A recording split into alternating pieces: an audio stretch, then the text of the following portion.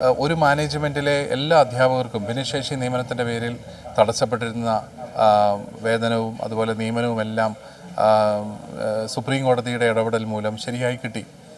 ആ വിധി ഇപ്പോൾ സുപ്രീം കോടതിയുടെ ഒരു വിധി സമാന സ്വഭാവമുള്ള എല്ലാ കേസുകൾക്കും ബാധകമാണെന്നുള്ളൊരു പൊതു തത്വമുണ്ട്. അതായത് ഓരോ പൗരനും നീതിക്ക് വേണ്ടി സുപ്രീം കോടതിയിലേക്ക് പോകേണ്ട കാര്യമില്ല. സുപ്രീം കോടതി ഒരു കേസിൽ നൽകിയ വിധി മറ്റെല്ലാ സമാന സ്വഭാവമുള്ള കേസുകൾക്കും ബാധകമാണ്.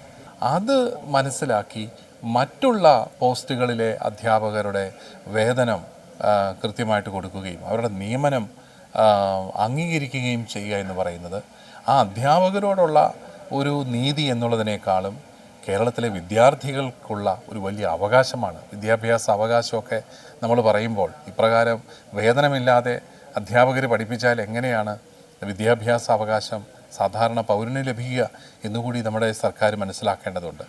സർക്കാർ എപ്പോൾ സംസാരിച്ചാലും അവരിതിൻ്റെ പ്രശ്ന പരിഹാരത്തിനായിട്ട് പരിശ്രമിക്കുന്നു എന്ന് പറയുമ്പോഴും ഓരോരോ തടസ്സങ്ങൾ, നിയമ തടസ്സങ്ങൾ നേരിട്ടുകൊണ്ട് ഇത് അനന്തമായിട്ട് നീളുകയാണെന്നുള്ളത് വലിയൊരു വേദനയാണ്. ആ വേദനയുടെ പശ്ചാത്തലത്തിലാണ് ഈ വർഷത്തെ സംസ്ഥാന കാത്തലിക് ടീച്ചേഴ്സ് ഗിൽഡ് സംസ്ഥാന സമ്മേളനം ചങ്ങനാശ്ശേരിയിൽ വെച്ച് നടത്തപ്പെടുന്നത്. 10,000-ഓളം അധ്യാപകർ അവിടെ ഒരുമിച്ച് കൂടുകയാണ്.